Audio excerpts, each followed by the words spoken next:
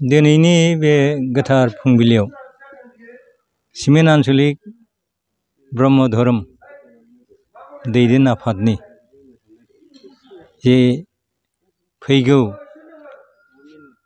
सनाथि मायथाइ खुंनो नागिरदों।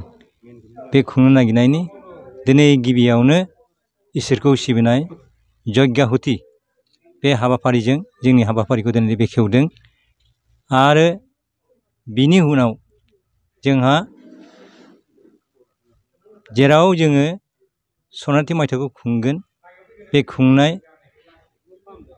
सिमेन्ट आन्चलिक ब्रह्म धर्म आफादनि बे ब्रह्म सेबाश्रमावनो जोङो बेवहाय सायनासालि लुनायनि गाहाय खुन्थियाखौ गायसनदों। बे गायसननाय हाबाखौ जोंहा बोखावि लखिमपुर जिल्ला ब्रह्म धर्म प्रसार संसदनि गाहाय जोंहा प्रसारक आफा नीलाकान्त ब्रह्मआ गायसनदों। जोबोद मोजाङैनो जाफुंदों। बयबो धोरोम सिबियारि आफा आइमोनहा नुजाथिदों। आरो बिनि उनाव जोंहा थामथि हाबाफारि हिसाबै बे सनाथि मायथाइखौ खुंनायनि जे मोनसे जोंहा बानजाय आफाद, बे बानजाय आफादनि बे मावखुलिखौबो बेखेवनाय जादों। बे हाबाफारिखौ बेखेवदों जोंहा सिमेन्ट आन्चलिक ब्रह्म धर्म प्रसार संसदनि गाहाय प्रसारक धनेस्वर नार्जारि आफाया बेखेवदों। दा जोङो बेबादिनो दिनैनि बे फुंनिफ्राय हाबाफारिखौ गिबियाव यज्ञाहुति, बिनि उनाव सायनासालिनि गाहाय खुन्था, आरो थामथियाव जोंहा बे जोंनि मावखुलि, बानजाय आफादनि मावखुलि, बे मावखुलिखौ जोङो बेखेवदों। बेबायदिनो जोङो लान्थ्रियै मोनसेनिफ्राय मोनसे, मोनसेनो मोनसे दिनै सनाथि मायथाइनि हाबाफारिखौ जागायजेननायनि जि हाबाफारि बेखौ मावदों।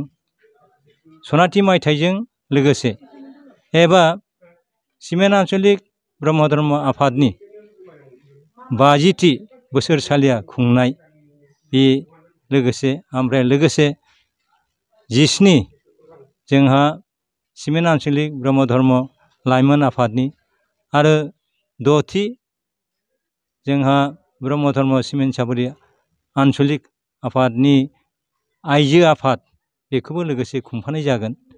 दा बे गासैबो हाबाफारिखौ मोजाङै जाफुंहोनो सनाथि मायथाइयाव बयखौबो हारि, राव, धोरोम, बर्न गासैखौबो दोननानै जों सासे परम ब्रह्म ज्यति स्वरुप आफानिनो फिसा हिसाबै गासिबो हारि माहारि बयखौबो जों बे सनाथि मायथाइयाव नुजाफैनो थाखाय गोरबोजों खावलायहरदों। आरो लोगोसे जोङो नैबे देग्लाय 2023 मायथाइनि गासिबो सुबुं माहारिनो, बुहुमनि सुबुं माहारिनो जों सिमेन्ट आन्चलिक ब्रह्म धर्म आफादनि जानानै गोरबोनि बयनोबो गोजोननाय बावहरदों। जाहाथे बे बोसोराव सारा बुहुमनि सुबुं माहारियानो सुखु गोजोन अनलायनाय, गावजों गाव निदान संलायनाय, बेजों बुहुमा जेरैबो गोजोन जाथों, बेखौनो जोङो आनान गसाइनि खाथियाव आर'ज गाबदों। साननै, 4 फेब्रुवारि आरो 5 फेब्रुवारि सनिबार रबिबार खालि पुर्निमा तिथिबो जागोन। मोजां दानसोरां अखाफोर, ओंखायनो जोबोद मोजाङै जागोन होननानै जों आसा फारिदों।